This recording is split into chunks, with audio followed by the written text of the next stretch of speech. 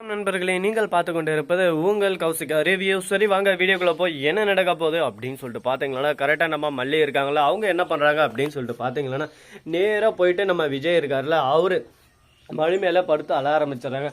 ஐயோ விஜய், எனக்கு யார் இருக்காங்க, நீங்கள் மட்டும்தான் ஆதரவாக இருப்பீங்க, நீங்கள் தான் என் உலகம், உங்களை நம்பி தான் நான் ஃபஸ்ட்டு இந்த உலகத்துக்குள்ளவே வந்த மாதிரி என்ன ஒரு சமயத்தில் நீங்கள் அழைச்சின்னு வந்தீங்க, அதுக்கப்புறம் என்ன நீங்களே விரட்டி அடிக்கிற மாதிரி ரொம்பவே அவமானப்படுத்தி விரட்டி அடிச்சிங்க.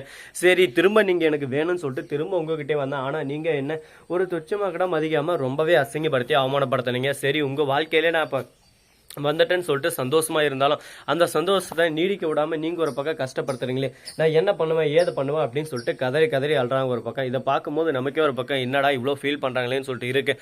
அதே சமயத்தில் நம்ம வெண்பா வந்து, அப்பா எனக்கு அம்மான்னு யாருமே இல்லை, அம்மான்ற ஒரு பாசத்தை எனக்கு உணர்த்தந்தே மல்லி அம்மா தான். அப்படிப்பட்ட அம்மாவை இப்போ நம்ம வீட்டிலே இருக்காங்க, அவங்கள ஏன் நீங்கள் ஒதுக்க பார்க்குறீங்க, ஏன் அவங்கள ரொம்பவே கஷ்டப்படுத்துறீங்க, எல்லாரும் சேர்ந்து அவங்கள ரொம்பவே ஆட் பண்ணுறாங்க, எனக்கு இது பிடிக்கலப்பா, அந்த வீட்டை விட்டு வேற எங்கன்னா போயிடலாமா அப்படின்னு சொல்லிட்டு கேட்டுன்னு இருக்காங்க. வெண்பா பெரிய மனுஷி மாதிரி பேசுகிற பேச்செல்லாம் விட்டு இதுக்கு மேலே அந்த மாதிரி பேசுகிற வேலை வச்சுக்கதை, எப்படி அப்படி இருக்கணுமோ அப்படி இருந்துக்கோன்னு சொல்லிட்டு மூஞ்சில் அடிச்ச மாதிரி சொல்லிடுறாங்க. வெண்பா அதுன்னு ஓடி போயிட்டு மறைஞ்சிக்கிறாங்க.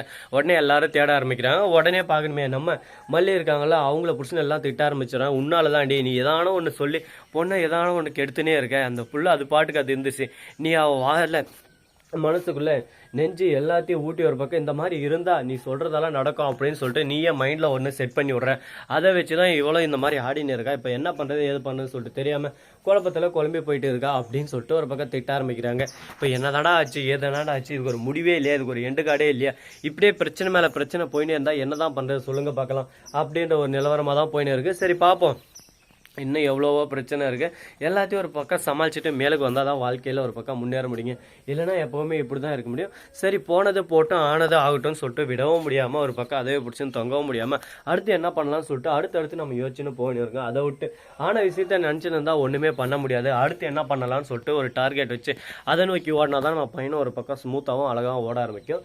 சரி இது ஒரு பக்கம் போட்டும்னு சொல்லிட்டு விட்டாலும் அதே சமயத்தில் கரெக்டாக நம்ம கார்த்தி இருக்காரு, அவரும் என்ன பண்ணுறாரு அப்படின்னு சொல்லிட்டு பார்த்தீங்கன்னா இந்த சீரியலுக்குள்ளே மாஸ் என்ட்ரி கொடுக்குறாரு நம்ம ரஞ்சிதுக்காக. ரஞ்சிதையும் இவர் ரெண்டு பேரும் சேர்த்து வச்சா எப்படி இருக்கும், நல்லா இருக்குமா நல்லா இருக்காதா அப்படின்னு சொல்லிட்டு மறக்காமல் கமெண்ட் செக்ஷனில் சொல்லிவிட்டு போங்க. சரி இப்படியெல்லாம் ஒரு பிரச்சனை நடந்துன்னு இருக்க, அதே சமயத்தில் மறுபக்கம் என்ன நடக்குதுன்னு சொல்லிட்டு பார்த்தீங்கன்னா கரெக்டாக நம்ம வெண்பா குட்டி இருக்காங்களா, அவங்க இருந்துன்னு டேரெக்டாக அவங்க அப்பா கிட்ட வந்து லாஸ்ட் டைம் கேட்குறேன்பா, இதுக்கு எனக்கு ஒத்துப்பீங்களா ஒத்துக்க மாட்டீங்களா, எனக்கு மல்லி அம்மா நீங்கள் 3 பேரும் தனியாக இருக்கணும், அந்த வீட்டில் இருக்கக்கூடாது, மல்லியம்மா கஷ்டப்படுத்துறவங்க யாரும் அந்த வீட்டில் இருக்கக்கூடாது, அப்படியெல்லாம் அந்த வீட்டை விட்டு நாம போயிடலாம் அப்படின்னு சொல்லிட்டு ஒரு பக்கம் முடிவாக சொல்ல ஆரம்பிச்சிடுறாங்க. நீ இந்த மாதிரி பேசுகிற வேலையெல்லாம் இனிமேல் வச்சுக்காத, எப்படி எப்படி இருக்குமோ அப்படி இருந்தால் தான் உன்னை நான் கொஞ்சமாவது பாசத்தை காட்டி அக்கறையாக காட்டி விடுவேன், இல்லைன்னா வச்சுக்க அதோட உன்னை கண்டுக்க மாட்டேன் அப்படின்னு சொல்லிட்டு சொல்லிடுறாரு. உடனே பார்க்கணுமே எப்போலாம் ஒரு அடி உழுது யாருக்குன்னு சொல்லிட்டு பார்த்தீங்கன்னா அது கூடிய உறவில் கூடிய சீக்கிரம் உங்களுக்கே தெரிய போகுது யாருக்கு விழுந்துன்னு சொல்லிட்டு.